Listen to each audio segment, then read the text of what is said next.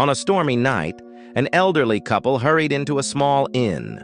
Their clothes were completely drenched, and they looked extremely tired and anxious. They stood at the reception desk, and with anxious eyes they asked, "Do you have any vacant rooms tonight?" The young receptionist smiled and, with a hint of apology, shook his head as he replied, "I am very sorry, but all the rooms are full tonight." Seeing the disappointment on the elderly couple's faces, the young man paused before warmly suggesting, "If you do not mind, you can stay in my room. It is not as comfortable as the regular guest rooms, but it is definitely clean and tidy.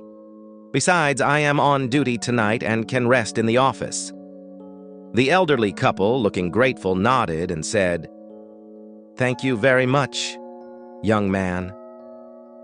The next morning, after the storm had passed and the sky cleared, the old man approached the reception desk to settle the bill, only to find that the same young man was still there.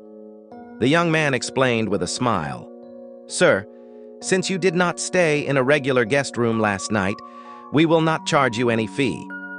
Looking at the kind young man, the old man's eyes filled with appreciation. He nodded and said with a smile, "You are the employee every inn owner dreams of. Maybe one day I can build an inn for you." The young man was a little taken aback, and thinking it was just a casual remark, smiled and shook his head. A few months later, the young man unexpectedly received a registered letter. Inside the envelope was an invitation letter along with a plane ticket to New York.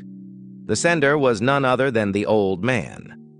Curious and nervous, he embarked on his journey to New York. When he arrived, the old man personally greeted him and led him to a magnificent building. With a smile, the old man pointed to the building and said, "Do you remember what I once told you? This is the inn I built for you."